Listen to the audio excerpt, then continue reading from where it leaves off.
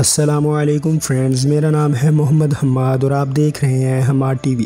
دوستوں، Bigo live app کا آپ نے نام تو سنا ہوگا۔ بیگو لائیو ایک لائیو سٹریمنگ ایپ ہے جس میں لوگ اپنے کچھ لمحوں کو براہ راست اپنے دوستوں کے ساتھ یا انجانے لوگوں کے ساتھ شیئر کر سکتے ہیں۔ یہ app Singapore based company Bigo technology کی ملکیت ہے جسے 2014 میں بنایا گیا۔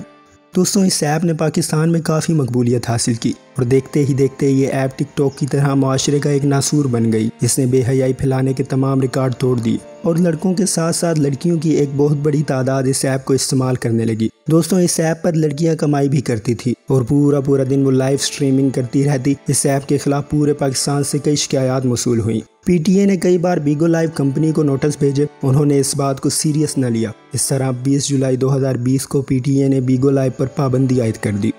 دوستوں، پی ٹی اے کا کہنا تھا کہ ملک کے مختلف علاقوں سے اس ایپ کے خلاف شکایات موصول ہوئیں اور بیگو انتظامیہ کو کئی بار رابطہ بھی کیا پر انہوں نے کوئی رسپانس نہ دیا۔ ان کا مزید کہنا تھا کہ یہ ایپ معاشرے میں بے حیائی پھیلانے کا سبب بن رہی ہے، اس وجہ سے اس ایپ کو مکمل بند کر دیا گیا۔ اس کے علاوہ ٹک ٹاک کو بھی آخری وارننگ دے دی گئی۔ دوستوں، ٹک ٹاک کے تقریباً 1.25 کروڑ یوزرز ہیں اور اسے دنیا کے 200 ملکوں میں استعمال کیا جاتا ہے۔ 4 سال میں ٹک ٹاک نے بے انتہا مقبولیت حاصل کی اور اس نے اتنی بے حیائی پھیلائی کہ بھارت جیسے ملک نے بھی اسے بین کر دیا اور امریکہ نے اسے پہلے ہی بین کر رکھا تھا۔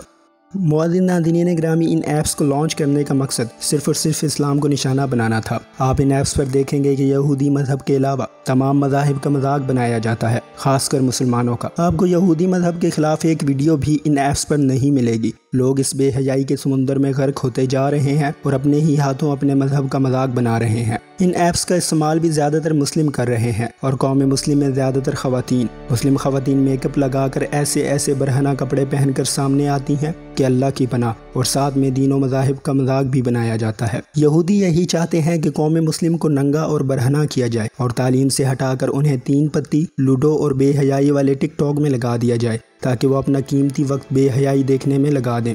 دوستوں، ان سارے فتنوں کو دیکھ کر نبی رحمت صلی اللہ علیہ وآلہ وسلم نے امت کی بخشش کے لیے رو رو کر مغفرت کی دعا کی۔